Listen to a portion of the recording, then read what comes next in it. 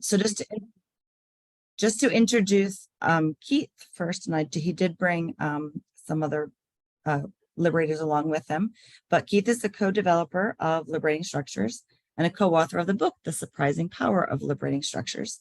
He's currently a practicing consultant and operates a global consulting practice where he focuses on strategy, creative adaptability, and including all voices in shaping the next steps. And if we're here, we probably do know how important that is to make sure all voices are included.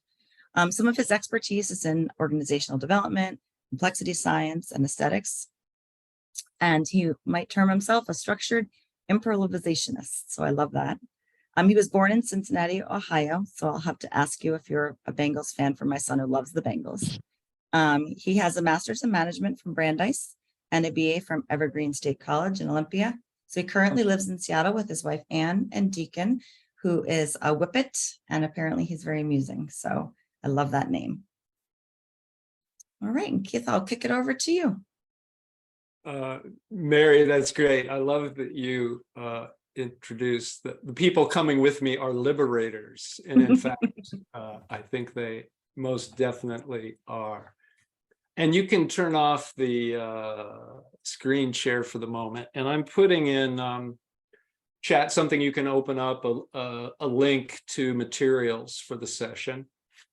And it's a Google Slides. So take a look at that. I'm super excited about being here and bringing some liberators along to get real specific about how liberating structures, Agile and Scrum can work together. And I'm imagining some things are new to you. So what we have in mind, and if you can follow along in the materials if you want to, on slide 2, there's an agenda. And this is what's going to happen over the next bit of time. I think we asked for 90 minutes, and most of the action is going to happen over the next 60 minutes, and then there'll be informal chance to talk together. We're going to start right away after a brief pre-ramble about liberating structures, very brief, few minutes. We're going to go right into it. With a shift and share. What are people in the field actually using in Scrum activities, in their ceremonies, in their daily activities? What do they rely on? How have they integrated liberating structures? And there's 5 colleagues, liberators that I've invited to do that, and we'll be in breakout rooms. So if you've come to this meeting and you're thinking, boy, I can just listen in and eat my lunch and not interact, that's going to be really hard to get value out of this. There'll be multiple times when your voice, liberating structures include every voice in shaping what happens, where your voice is going to happen with your fingers. You're going to use your imagination and your time, and it's going to be hard to get much out of the session if you can't type in and at least be prepared to say a couple things. A good half the time is going to be spent in breakout rooms, so beware, get ready. Then there'll be 2 activities where, after the shift and share, which is kind of like what are people really doing, there'll be chances for you to think about your own, how might you do, what might you do, what do you want to do? And we'll use something called a Mad Tea Party and a user experience fishbowl, right? And if you've started with liberating structures, but haven't gotten along too far, maybe in the last few months or the last year, and you're feeling like you'd like to be a fish in the fishbowl, just write me a note, and I'll, or write Mary a note, even better. We're recruiting in the moment for the fishbowl, all right? But only if you're relatively new with the work. All right, so the pre-ramble, and I'm not going to slide share because I hate slide share. It instantly shuts off interaction. If you go to slide 3, you'll see a repertoire of patterns. Don't call them methods or processes, but on slide 3, you'll see a repertoire of 33, which we published in a book. Since we published 10 years ago, there's probably another 33 really great ones, at least a dozen of which I use all the time, which are published, but they're harder to find. And today, the ones with the red dots there are ones that we're going to touch on or directly use. So slide 4, the essence, the purpose of this work can be expressed in 2 ways. One is to include and unleash everyone to work at the top of their intelligence. And the other really is to replace the unwitting, so common and they're unseen or unnoticed, the unwitting practices that exclude, stifle innovation and over control. And they're everywhere, and we just don't pay attention to them. And liberating structures are a substitute or an option you can choose. Slide 5, if you want to look at that, are 10 principles beautifully illustrated by a colleague of Bari's, Taya. Bari, help me with her pronouncing her last name. I'm gonna. It would be interesting for you to try. Taya Schuppen. Yeah, something like that. Nice. Well, she's very talented. Can draw in the back of the room while people are talking. And so there are 10 principles that are very closely aligned with Agile, the Agile Manifesto. And you can check that out. So slide 6, the attributes, we're going to have a chance to do a few liberating structures and then talk about what is the structure there, because it's hard to see when you first get going. But some of the attributes of the structure underneath the patterns they're so simple, somebody can copy it the next time, right? It's expertless, almost. They're very results focused. They want to result in action every time. They cycle so quickly, sometimes it's hard to tell what's just happened. They tend to be seriously fun, almost like an icebreaker, but very serious results if you take the results seriously. Literally every person is included. They work at multiple scales for an individual, or I've had 800,000 people in a room doing these same things that we'll do today. They spread themselves because they're simple and they're modular. They can be put together and recombined in different, we call them strings, logical sequences. Nearly the last thing I'm going to talk about, slide 7, is the way they're connected as a repertoire is they share a DNA. So everyone has an invitation. They specifically distribute control or participation. You're included, that's why I said at the beginning, you need to interact here. You're participating. The way groups are configured is specified. We arrange the space and materials. Today, we're mostly using breakout rooms. And the sequencing and allocation of time is made very clear. Slide 8, they're licensed. When Henry and I were first doing this work, we said, this is so good, there can be no barriers. And we really started got most of our start in Latin America and Europe, and people started to come, we want the exclusive on this. And our answer was absolutely not. So we tried to make this open, and you have this Creative Commons license to do that. All right, I'm going to skip the next couple of things and Mary, do you think I need to cover anything else before we drop into the shift and share? I don't think so. There's not much going on in the chat right now. We're trying to figure out maybe who the fish are. So I think we're good to go on to the next. No Okay. pressing questions right now. All right. And I didn't notice whether,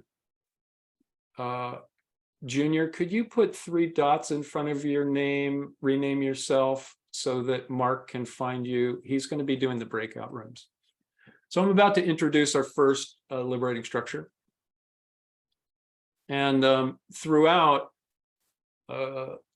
Mary and Mark are going to be looking for questions in chat that we'll get to one way or another, either after the session or during the session. We'll get to them. So there's anything that's a curiosity that you need addressed, put it there. So this first liberating structure, if you're following in the slides, is slide 12. And what it does, it's called shift and share. And it's a way to spread, and every liberating structure has a single thing that it does, it makes possible. So this makes it possible to spread good ideas and make informal connections with innovators. And in this case, there's 6 innovators that have done something interesting, very interesting with agile and liberating structures. And Dana, I saw you squint a little bit like, I think that was, yeah, it's interesting. It's But fun. It's fun. What I asked when I was first talking to Jamie, let's do the mundane. Let's do the things that you can repeatedly use that it you've integrated into your work in Agile and Scrum mastery, so that it's not a special event thing necessarily. It's so mundane, so everyday. So here, we frequently need to spread good ideas and make informal connections with people that are doing something different and innovative. And that's what we're going to do. And if you go for a minute to slide 13, you'll see the people that showed up when I asked a question in Liberating Structures Slack, you know, who's done something. And each of them will be in a breakout room. And you'll get a chance to hear 3 out of the 6. And Mark, wave for a second, Mark is going to move the innovators from room to room every 7 minutes. So you'll have a chance from each of these folks to hear about an innovation they've done for 5 minutes. And if they'll be reminded briefly by Mark that there's about 2 minutes left before they're moved from one room to another to take questions or answer questions from you. All right, so that's what's going to happen over the next 21 minutes or so. And I'm going to pretend to be Mun Wai in this because she did something so interesting but couldn't be with us today. So I'm going to do my best to handle her use, her innovation. So Mark, are we divided into 6 breakout rooms? There's 6 breakout rooms, and I've already placed people in breakout rooms. So Greg, I have in room 1, Barry in room 2,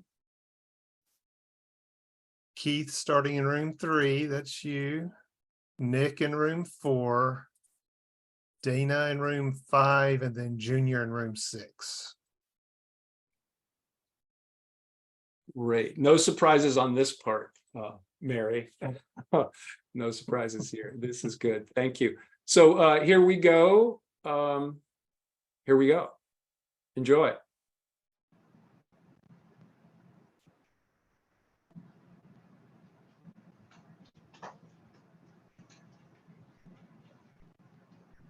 Keith, you're talking, but you're on mute.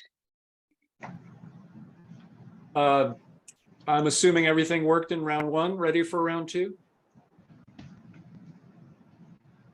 Nice. Mark? We see a lot of nodding heads. Ready to Okay. go. All right. Now, Mark, this is where a good joke comes into play, which I only have bad jokes while he's working. I like that you called on Mark for a good joke because he is pretty funny.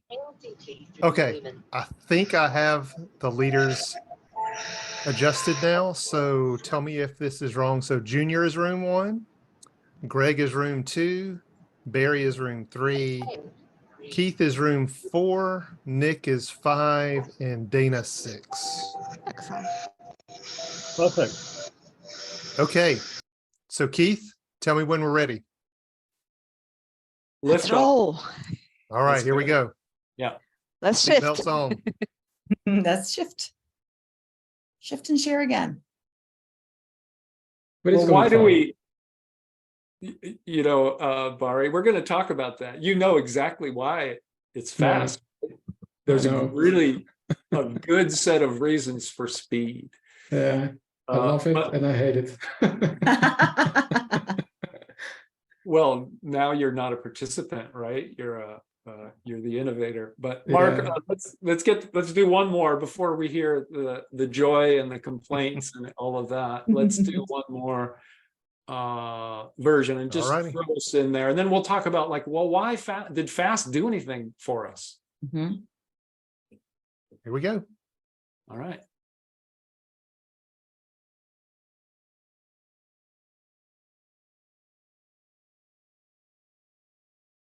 Mark, we had just one last person join us, so probably we need to assign that person. Nice, 6. Sylvia.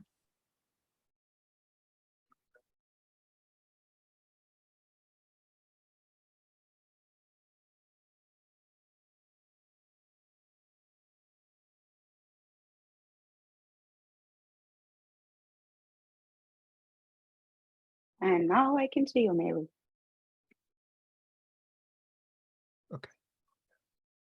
Think there's an option that I need to check to force people to the room and not ask them. Sure. I'm still so short.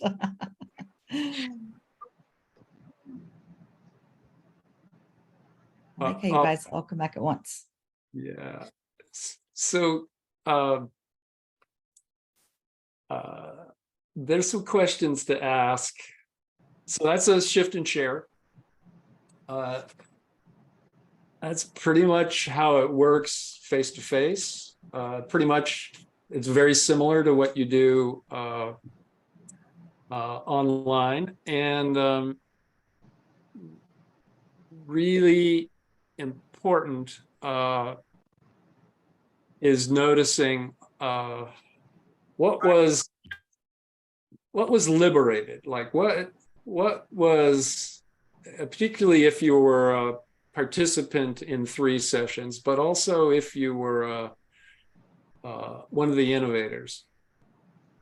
What was something, and if you could drop this into chat, and there are absolutely no wrong answers to this question, but what was liberated by the 3 quick, yeah, really cut to the meat of the topic, right? Yeah. There's not much time to sit in silence. Yeah. What else? What about anybody who was an innovator? What do you, what was your experience? Probably similarly, yeah. Distilling it. Yeah.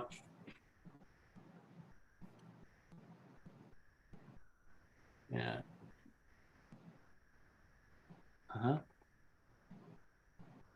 Yeah. Good. Oh, and in there, everybody has a voice. That's nice to see.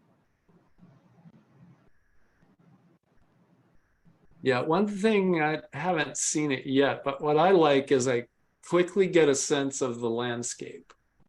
Like, what are now we did 3 rounds because we're trying to, move along in this session. But you quickly get a sense, what's the range of innovation in this community, in this group? Like, what are the kinds of things that are actually happening?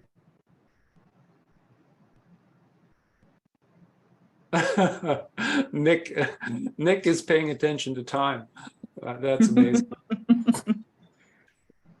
I have no skills there. All right. Yeah. So there's always this, the relationships. So the relationship between the person who's playing a role as innovator and the person who's learning is shifting as it goes, right? That's, yeah, you see a variety of ideas. That's what I mean by the landscape. Like, what's the whole range? And I learned a lot just trying to find people that wanted to do this and understand what they were doing. I was like, oh, that's the landscape of where we are with liberating structures and Scrum, Agile now. Super interesting. All right. So what was structured? Second question, always interesting to me. Other than complaining, well, you can still complain about how short it was. What else about the structure? What did you notice about the structure of it? Because this is what you'll take away. Eventually, the structure is the thing that makes all the liberation possible. So, yeah. What was structured about it? No wrong answers to this one either. I think it made it possible to go through so much content in a short period of time than would have been possible for it. Because if we wanted to go through all the session in the main room, for example, and had to take questions and all that, we probably won't get through as much as we did. Yes. There's also something interesting about the stable groups that you experience the content with. In some ways, I'm getting to know the group that I'm with, and the group's getting to know me as we move through topic to topic. Anybody else? That's the main thing why I designed for that. Some intimacy in the size of the group, particularly online. Anything else about structure? So one thing I want to compliment each of the innovators had visual material prepared, made it possible to, they were just ready with material, right? And that's one of the elements for shift and share is if you're going to share your work, make it visual.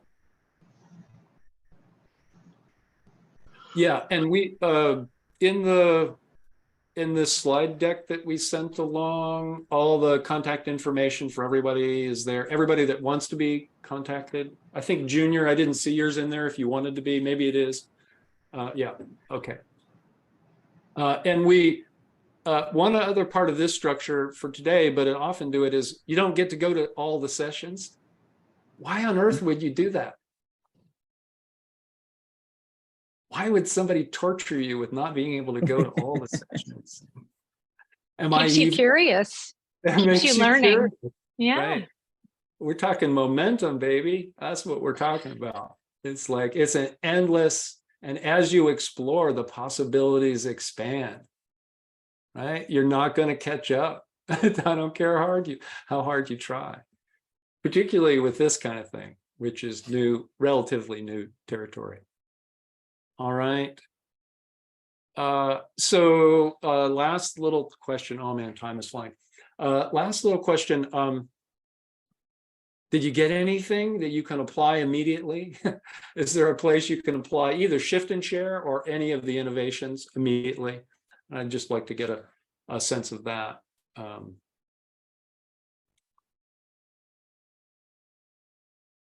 Absolutely. I mean, the 15% solution is an absolute immediate kind of thing you can do right at the end of this session, as a matter of fact. The 1, 2 for all happens pretty quickly for me as well. I mean, I'm totally taking Junior's innovation and using it because I absolutely know how some of my people can get right to the triz really quickly. The first time I went into an ICU in a hospital and said, how can we be sure everybody leaves with a superbug? And there was gales of laughter. I was like, oh no, everyone in the world is self-destructive. You know, we all have that and we know it. Let's pull back the veil. Let's pull back the veil and get it. get on to that. Ecocycle planning. What I need from you.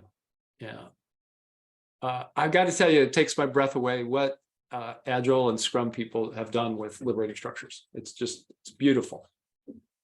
So, right, but those are good questions to ask. What really important thing with this work is you want people to copy it. So you want them to notice the structure. Like, why did they do that like that? What was the structure that made that liberation possible?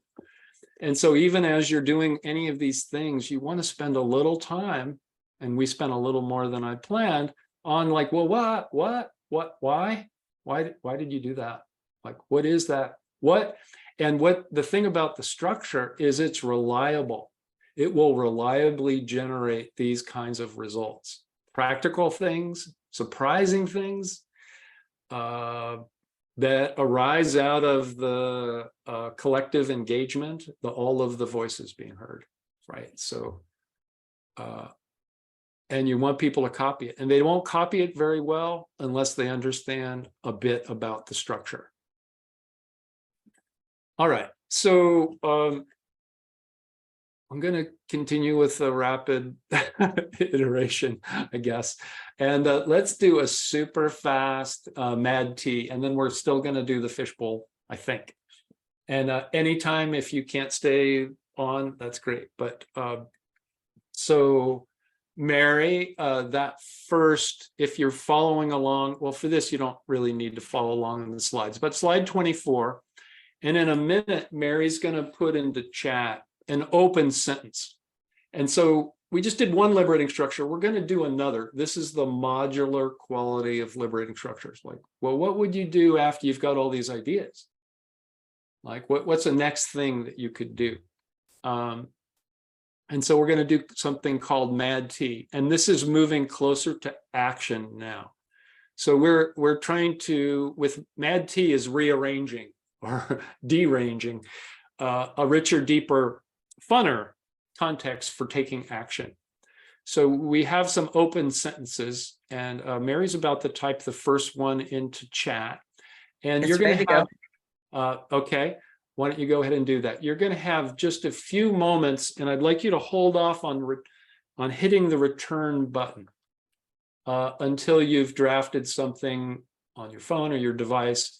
So something, you're finishing this sentence, something that's happening around us that demands more creative adaptation is. And I'd like you to use your fingers, but don't hit return yet, right? And a spelling and grammar amnesty is in full play, right? Just type it out, baby, because I'm about to say go, but that wasn't go yet. Keith, will you repeat the invitation, please?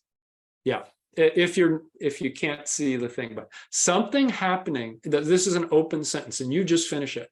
Something happening around us that demands more creative adaptability is.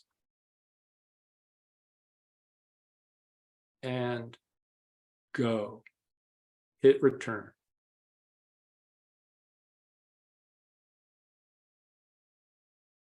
Okay. Nice.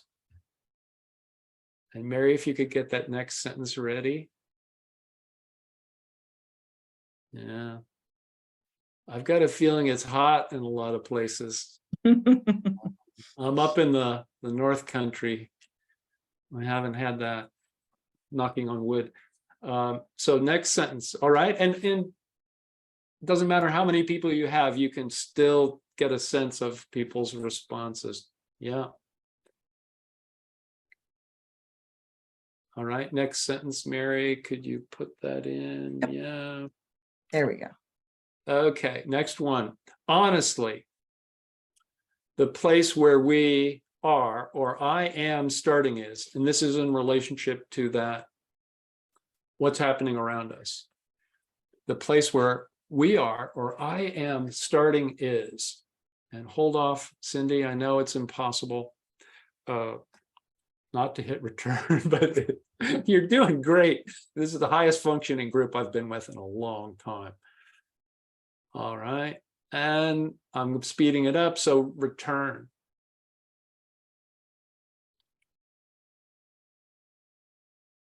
Mhm.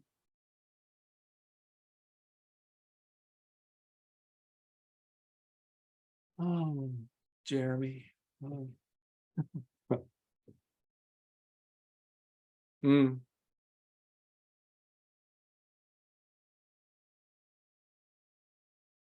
So you'll notice in this, there's a funny relationship between you speaking to you as an individual, but we're looking at what a group is generating. It's very curious. The distinction between the group and the individual starts to dissolve. So Mary, next question. Open sentence, I'm sorry. That's okay. That one's a little small. Did that come across okay? Oh, actually, wait a second. Mm-hmm. Don't see it yet.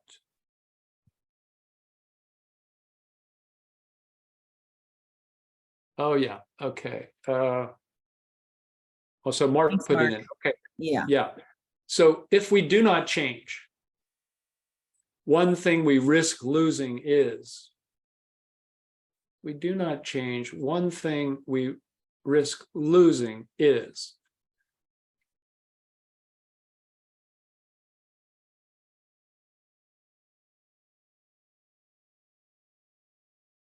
And return. It's sometimes you just have to give in to the flood. Mm-hmm.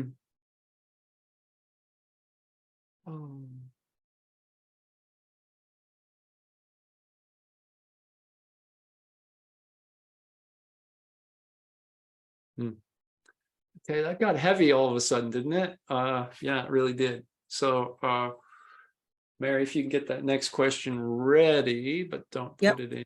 Don't put it in yet. Okay, it's ready. Yeah, I'm just waiting for a thing. Yeah, okay, put it in. Okay.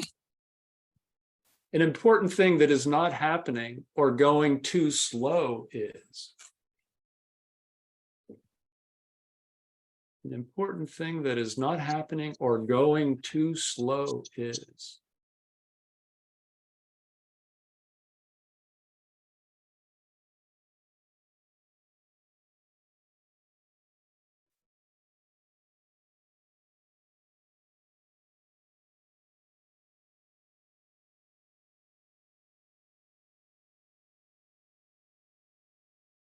Mm-hmm. Mm-hmm.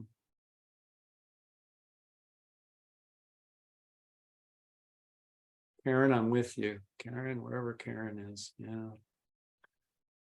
All right. And prepare next question. Next sentence, please. It's ready to Mhm. go whenever you are. All right. Let's go now. An LS or a liberating structure or a liberating structure string or method that may help me is.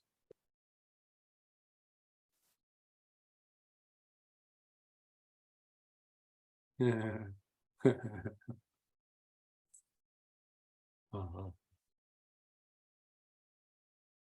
Mm-hmm. Mm-hmm.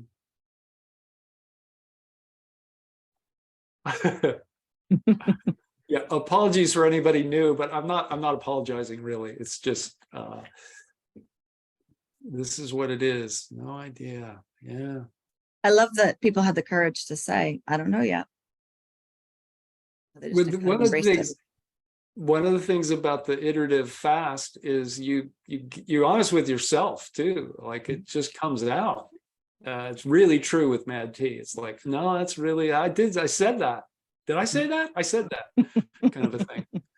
So let's skip over, let's go to number 7 right now, Okay. which is the what seems possible now is. And yeah, what seems possible now is.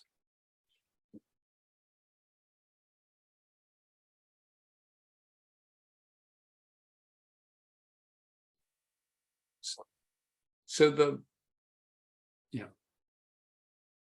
Mhm.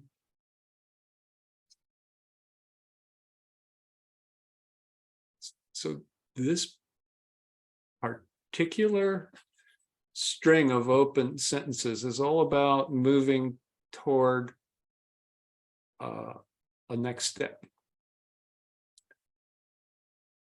And mhm. Mhm.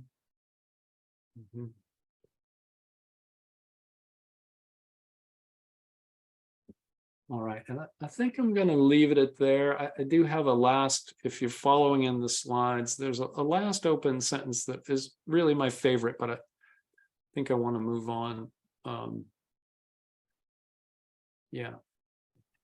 Okay, so again, just briefly, what was liberated with Mad T? What insight or action or what seemingly arose out of that? For me, it was What's concern. in my head is in everyone's head.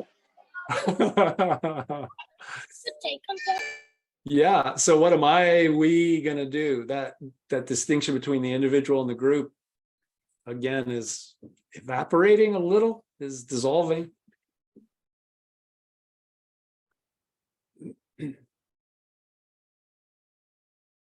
Yeah, so this particular Mad T does fabulous work face to face.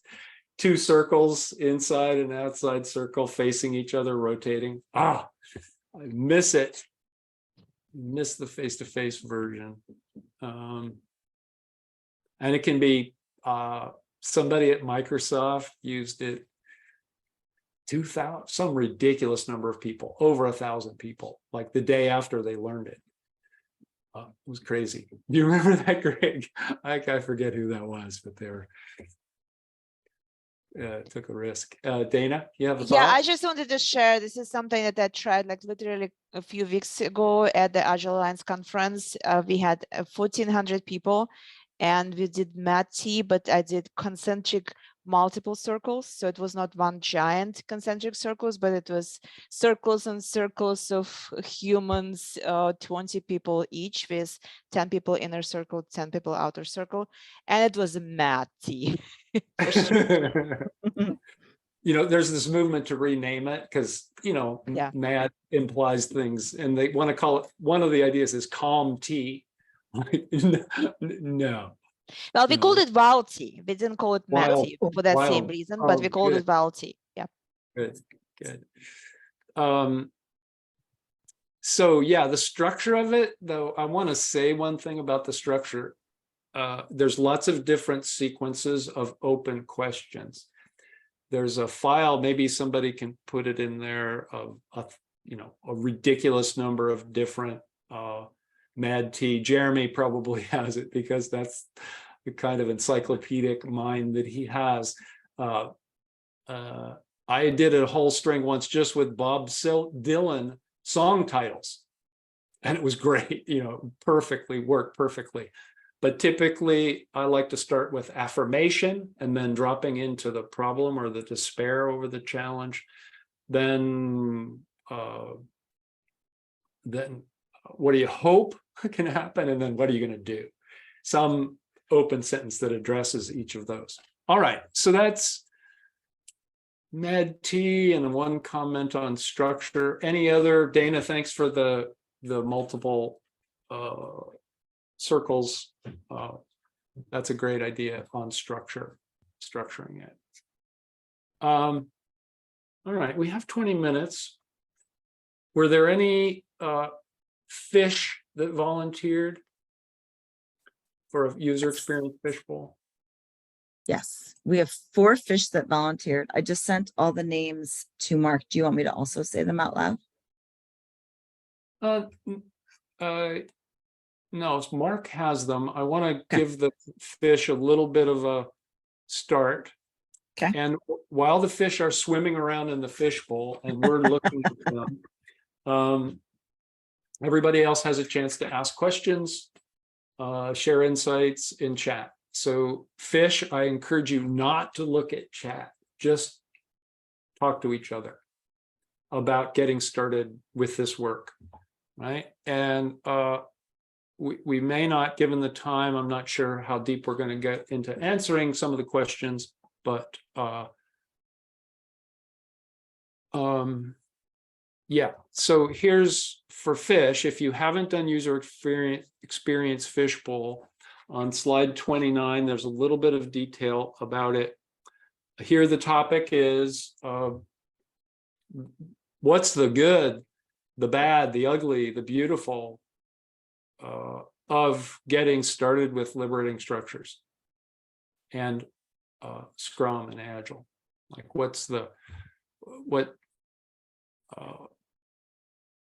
and you're going to be with a few others, 4 total in the bowl, and you're talking to each other like you're just having a strong beverage after an event. Right? You're not giving presentations, you're telling some snippet of a story about the time when, wow, this ugly, beautiful, crazy thing happened. And that's your only job. You don't need to prepare. You're just retelling a little bit of a part of a story. All right. And Mark is going to spotlight you, which means the rest of us go dark. And you're just going to be seeing and talking with your 3 other colleagues in the fishbowl. And or Mark or Mary will pop in at a moment and tell you when we're going to break away from you and the fish. Okay. Any questions from fish? So I do We have have, one. Oh, go ahead, Mark, go ahead. I was just going to say, technical issues. For some reason, I am not seeing the spotlight issue available within the participants. So I was going to suggest if everybody except for the fish turn their camera off. Okay, and I have a worried fish. We do want fish new to liberating structures, right? To talk about just what they've observed today. So you don't have to be an expert at all. Right. As long as you've rolled up your sleeves and tried something. Okay. Okay, That's so the only, yeah. okay. So I can call out the names of the fish if they forgot. Well, they should be the ones that are left with, and they can spotlight themselves, I think. Let's just see if that's true. Let's see if How I does can this do work? this. Actually, I think, all right, give me just a second. So Tammy, here we go. Yeah, it's just odd that I don't have that Are you, option. So does anybody else know how to do spotlight? I haven't done it in a while. I think you can only spotlight one person though. I don't think No. you can spotlight more than one. But what you can do, you can change the video setting that says hide non-video participants, and then everyone else who is who turn off the videos will disappear, and only people who are on the videos, the fishes, will be there. You'll do it in the video. Like when you have little camera, there's little up arrow. So if you click on that, it will give you video, and then hide non-video participants. That will do the job. Nice. I see the fishes. You guys look great. We're still waiting for Kadiana and Pauline. If you guys do have trouble putting your video on. Yeah, and I can't put my video on because my processor on my computer is going. Okay. So it's not working right now. Okay. I mean, if you just want to join the conversation, then we won't see you, but we can hear your voice just fine. So this is Keith to the fish. Just talk to each other. Try to ignore that anybody is listening or looking, right? Just look at each other and tell a little snippet of a story about the good, the bad, the ugly of your experience. Please.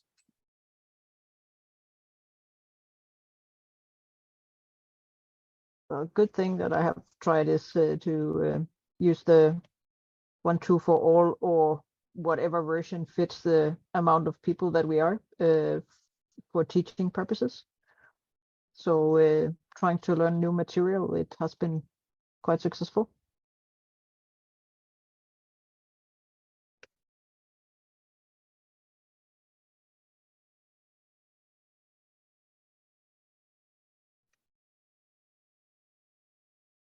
For me, this was very informational to learn something new to use with my team. I will be ordering the book and doing some reading to bring some of the quiet people on my Scrum teams to have more of a voice instead of sitting back. Woohoo! I'm also getting quite curious here, so I definitely have some research to do after this, definitely.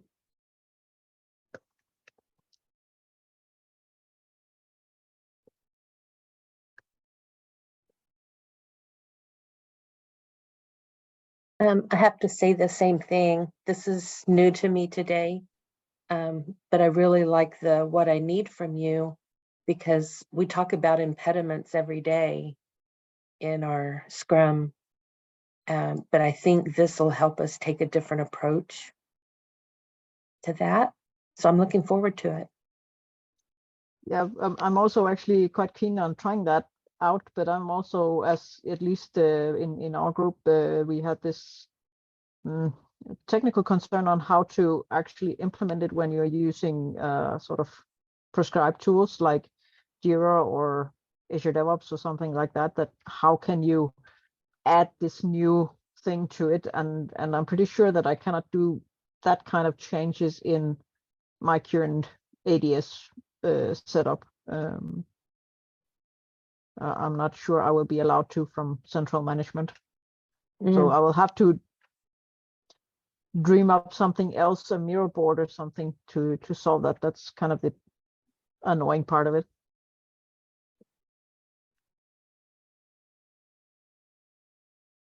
Yeah.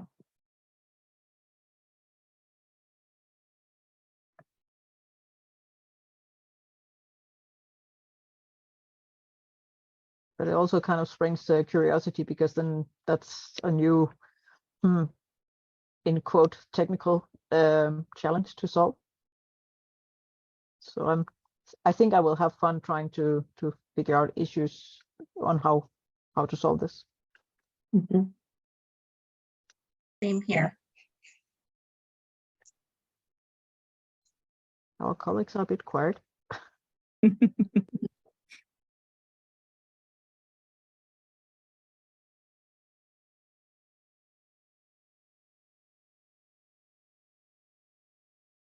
Keith, did you want to move to the questions for the fish?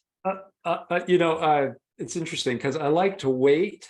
I know, no, you're waiting, I could tell. The silence. It's interesting that you're getting nervous because it's usually me. I do get nervous, but I love to wait. So anything else from the fish, like particularly, yeah, the good, the bad, and the ugly. Like what's always interested about, like Jane, like the control question, like who is it that needs to give you permission? And well, I'm into doing part of medical devices. My teams are doing either test or firmware for hearing aids, and the setup that we have is quite restricted because we have a lot of reporting on FDA requirements and stuff like that. So I will not be allowed to make new work item types or something like that.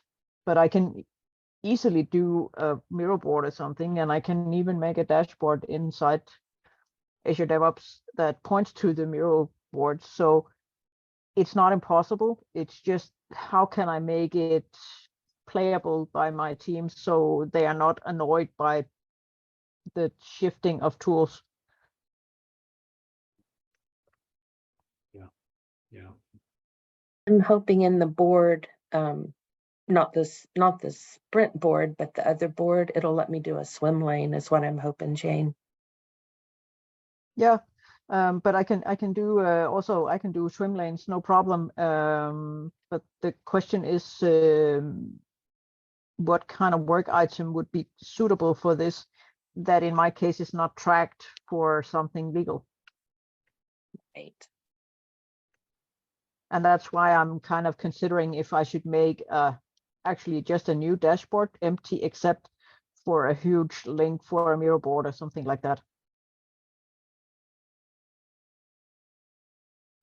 So we're gonna pull, like, if Fish, thank you.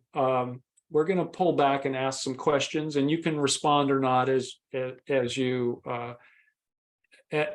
like. But let's bring, if you could bring anybody that wants to bring their video back, they can do it, and ask questions in chat. So just one kind of about the structure. Jane and Tammy, when you started to talk about, well, how would you actually make it work? That's where you want to get in a user experience fishbowl, where you're not paying attention to anyone else. You're just talking to each other, right? You're just helping each other with the challenge at hand.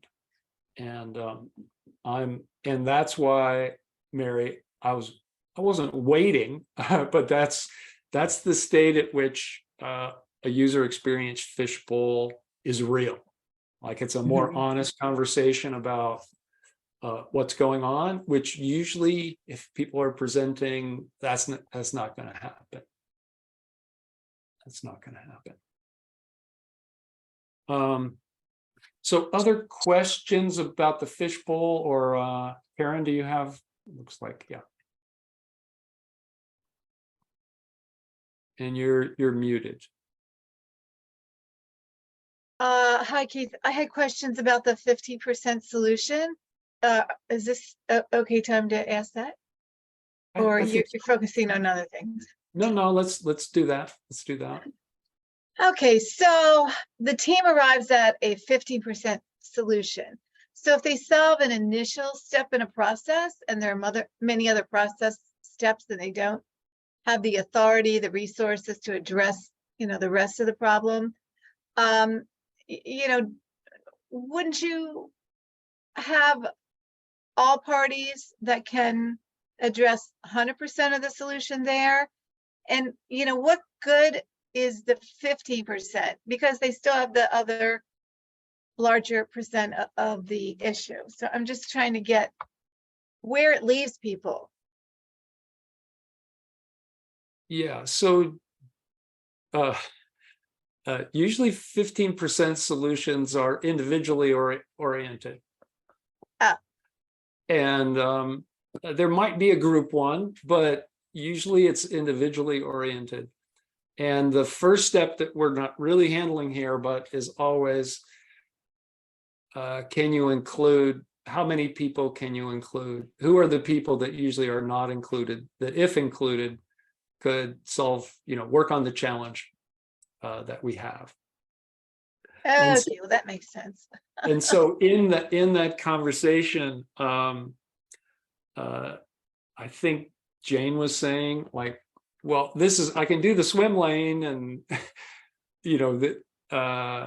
there's certain one level up where there's a regulation, which usually you might be able to change that at some point, but it's who do you include in the conversation at the front end.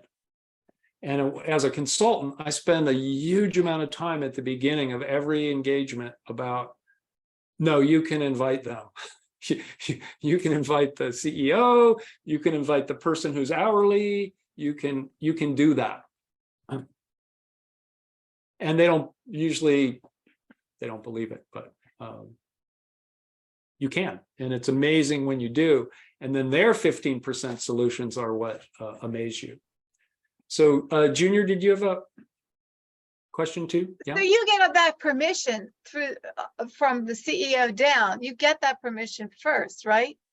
That everybody's got a thumbs up, because If you don't, then you've got Joe Schmo reaching out to the CEO. Okay, well, I'm just talking about my experience as a consultant. Is usually the group is way down somewhere, not always, but and I say, well, who do you need to work on this thing? And usually there's a CEO somewhere or somebody new at a high position, and they say, well, let's include them in a celebrity interview. Let's invite them to dance around in our set of challenges. And then they're also included in a 15% solution. And we learn something about what they can do, what discretion they have. So it's not a like top down, now we can do it. Usually it's a whole set of individualized 15% solution. Okay, thank you. At every level. Mm-hmm. And you've never gotten pushback from the CEO, like, no, I'm not doing this. Well, it's not this. There's usually, so you're sucking me into something here. There's a lot of solutions, and they're all worthy in most of the complex challenges that you're facing. So if whatever idea you have about the single one that you want, you may not get permission for that.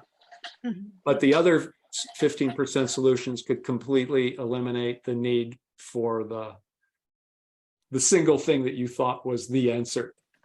So the answer is usually an illusion in this work. And Junior's smiling. Maybe she's going to help me with this because I'm probably... I was going to say we have 2 minutes left for Junior's question. Yeah. No. It was just to base on what Kit was saying, because maybe I wasn't clear. Probably I wasn't clear that the end of the 15% solution in the retrospective are individual 15% solutions. So each team member create its own 50% solution. I think it's like the snowball effect. You just make things rolling. And I'm sure that something will happen if it's not the meeting that you were thinking, but another 50% solution from your teammates probably get somewhere. So it's just a way to make things happening, make the balls rolling, because sometimes we just say, oh, it's not possible. And that's all, but it's not true. You know, something is possible. We can try to do something. We should try to do something to change things. And it's like the butterfly effect. There's a butterfly somewhere in the ocean that moves their wings and something else happens in another part, because we are in a complex system. And so even small changes make a huge difference in what's happening. So never surrender, never give up, never think it's not possible. Try something small. And smaller it is, better it is for me. So you don't waste any more time or resources, just something very small and easy to implement today or tomorrow.